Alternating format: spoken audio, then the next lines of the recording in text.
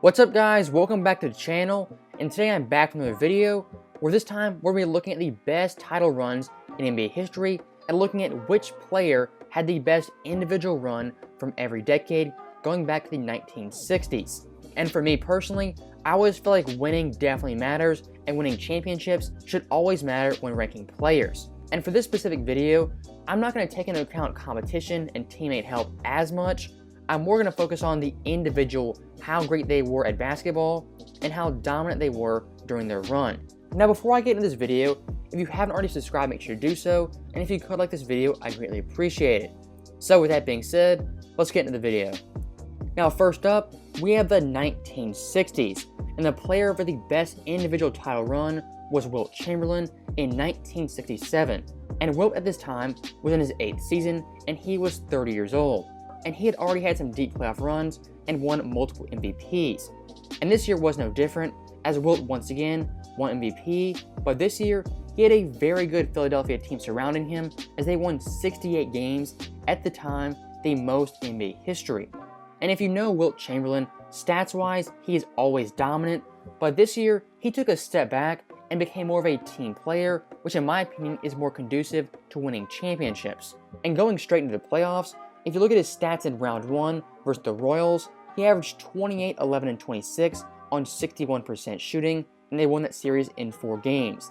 In the Eastern Conference Finals versus the Celtics, Wilt averaged 21, 32, and 10 on 55% shooting, and they beat Boston in 5 games. And why that series in particular is so special is because Wilt finally beat Bill Russell, his longtime rival, who up to this point he had never beat. And actually, this series is the only time Wilt Chamberlain ever beat a Bill Russell-led team. Now, if you look to the NBA Finals, Wilt averaged 17, 28, and 6 on 56% shooting, and Philadelphia won the championship in 6 games. Now, like I said before, Wilt Chamberlain was a stat machine, and he filled it up like no other. And this run in particular really stands out, as for the first 2 rounds, Wilt was averaging a triple-double as a center, something that up to this point was simply unheard of. And if you look at his overall stats in this run, he averaged 21, 29, and 9 on 57% shooting. And keep in mind, he was also an elite defender and an elite shot blocker. And if we had the stats for that, I guarantee you they would be off the charts. But since we don't have access to those numbers, let's look at Wilt Chamberlain as a rebounder in this playoff run. Look at the most 25 rebound games by round in the playoffs. In the semis, Wilt had 3 games, had the second most ever. In the conference finals, Wilt had 4, as the third most ever. In the finals, he had 4, which again is the second most ever. And if you look at it in total, Wilt had 11 games in this run of 25 rebounds. That is the most ever in NBA history. And looking at Wilt as an all-around player, in this run, he had 7 triple-doubles. That is the most ever in a playoff run in NBA history. He had 4 games of 20, 20, and 10. That is also the most ever. And he had 6 games of 30-plus rebounds, also the most ever. And lastly, he had the second most 20 and 20 games ever at 9. So as an all-around basketball player, Wilt Chamberlain in this run dominated on both ends. That's why I say this championship run is the best run of the 1960s. Now looking ahead to the 70s, the player with the best individual title run was Rick Barry in 1975. And Rick Barry is one of the most fascinating players in NBA history. He played in both the NBA and the ABA. He was hated by his teammates, and he actually retired in the middle of his prime. And this year right here is Rick Barry's absolute peak and the best year of his career.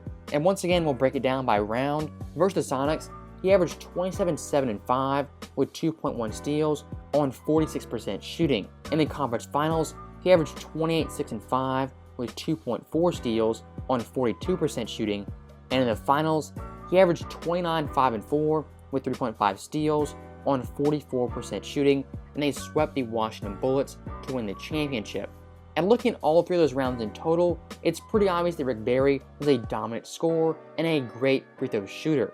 But one of the underrated parts of his game definitely has to be his passing ability, as he wasn't just a great scorer. Also, one thing you have to note is that in this run, Rick Barry averaged 2.9 steals. And in NBA history, Rick Barry is the only player ever to average 28 points per game with 2.5 steals en route to a championship. And also looking at his scoring ability, he is one of 3 players ever to average 28 points per game on 90% better shooting from the free throw line. The other two players are Kevin Durant and Steph Curry, the two most efficient players in NBA history. And like you guys know, Rick Barry at this time was playing in an NBA that had no three-point shot. And if they did have the three-point line, I guarantee you he would have averaged at least 30 points per game in this title run, and it would be even more impressive. And once again, looking at Rick Barry as an all-around player, in this run he led the Warriors in points per game, assists, steals, and free throw percentage. And he led the entire playoffs in points, steals, and field goals made. So definitely one of the most underrated playoff runs of all time, and it is secretly the best title run from an individual in the 1970s. So looking ahead to the 80s, we have 1984 Larry Bird. And at this point, Bird was in his 5th year, he was 27 years old, and already a one-time NBA champion. And this year, he won his first of 3 straight MVPs. And Boston, much like Bird, was also dominant, being the first seed in the East after winning 62 games. And we're looking at how Bird played versus the Eastern Conference. His best game in this run was in Game 7 versus the Knicks, where he had 39 points, 12 boards and 10 assists, and a Boston W. And outside of that Knicks series, they really weren't challenged. They beat the Bullets in the first round in 4 games, and in the conference finals, they beat the Bucks in 5. And the real fascinating part of this run comes in the NBA Finals, as finally you had Larry Bird versus Magic Johnson on the biggest stage. And through the first 3 games of this series, LA actually led 2-1. But Larry Bird in games 4 through 7 was absolutely nuts, averaging 27.8 points per game, 16.0 boards, 3.8 assists, 2.0 steals, 1.3 blocks on insane 52, 60, and 91 splits. And Boston won the championship in 7 games. And Bird's overall playoff stats from this run are also very similar. He averaged 27, 11, and 5 with 2.3 steals, 1.2 blocks on once again impressive 52, 41, and 87 splits. And once again, looking at Larry Bird as an all-around basketball player, this year he dominated in all aspects, and he led Boston in points per game, assists, rebounds, and steals. And looking at how Bird ranked versus the entire NBA in the 84 playoffs, he led the NBA in points, rebounds, steals, free throws made, and field goals made. And in NBA history, he is one of 2 players ever to average 25, 10, and 5 en route to a championship. And he's one of 2 players ever to average 27 points per game on 40% shooting from 3 en route to a title. So Bird at this point was at the peak of his powers as an all-around player on offense as well as defense, and his athletic ability, which gets underrated, was actually decent at this time. And you could very well argue this version of Larry Bird was the best two-way version of Bird, and just overall the best version of Larry Bird on both ends, offensively, defensively, his clutch ability. He really had very few, if any, weak points in his game, and just the overall volume and efficiency Larry Bird had is something at this point that was very rarely seen. So taking all into account, I rank Larry Bird's 84 playoff run as the best title run from an individual of the 1980s. Now getting to the 1990s, we have 1993 Michael Jordan. And this version of Jordan, much like Larry Bird, was at the peak of his powers on defense as well as offense. And at this point, Jordan was seeking his 3rd straight championship. And this year for the Bulls in general was a very rocky year. They were fatigued, they were run down, and overall the motivation simply wasn't there for much of the year. But when it came time for the playoffs, Jordan and the Bulls took it up a notch and dominated the Eastern Conference. As with the first 2 rounds, they swept both their opponents, that being the Hawks and the Cavaliers. But when it came to the Eastern Conference Finals, they would finally be challenged versus the New York Knicks, who won 60 games and had the best record in the Eastern Conference. And after going down 0-2 in the series, Jordan in Game 4 had 54 points, in Game 5 hit a 29-point triple-double, and in Game 6 he had a game-high 25 points, and the Bulls win 4 straight games coming out of the 0-2 hole. And at this point, Jordan was on fire and simply unstoppable. In the finals versus the Suns, he averaged a ridiculous 41 points per game, the most ever in a finals series, and his highest scoring games in the series being 55 points, 44, 42, and 41 points. And Chicago won the series in 6 games, and Jordan won his 3rd straight finals MVP. And if you look at his overall stats in this run, he averaged 35.1 points per game, 6.7 boards, 6.0 assists on 47, 38, and 80 splits. And that 35.1 average is the highest scoring average in a title run in NBA history. And also stats-wise, Jordan in this run had 4 straight 40-point games, the longest streak in NBA history. He had the highest scoring finals at 41. He had 2 50-point games, the most ever in a playoff run. He had 6 40-point games, the 4th most ever. 13 30-point games, the 11th most ever.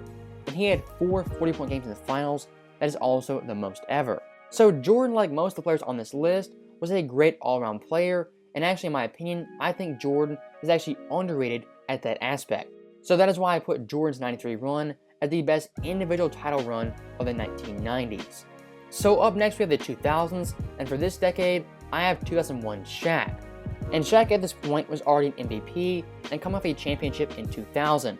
And like many defending champions, the Lakers took it pretty easy and didn't have their foot on the gas at all points. But that flip would definitely be switched come playoff time, as Shaq and the Lakers versus the Western Conference had a perfect 11-0 record, and Shaq versus the West averaged 29.3 points per game, 15.3 boards, 2.5 assists, 1.9 blocks on 54% shooting, and he only scored under 20 points one time in his 11 games. And the Lakers in this championship run only lost one game, that being Game 1 versus Philadelphia, where Shaq individually was also dominant. We had 44 points, 20 boards, 5 assists on 60% shooting. One of the more forgotten great games in finals history. Now, even though the Lakers lost that game, they still won 4 straight games versus Philadelphia, and they won the title in 5 games, and Shaq abused Dikembe Mutombo on both ends of the floor.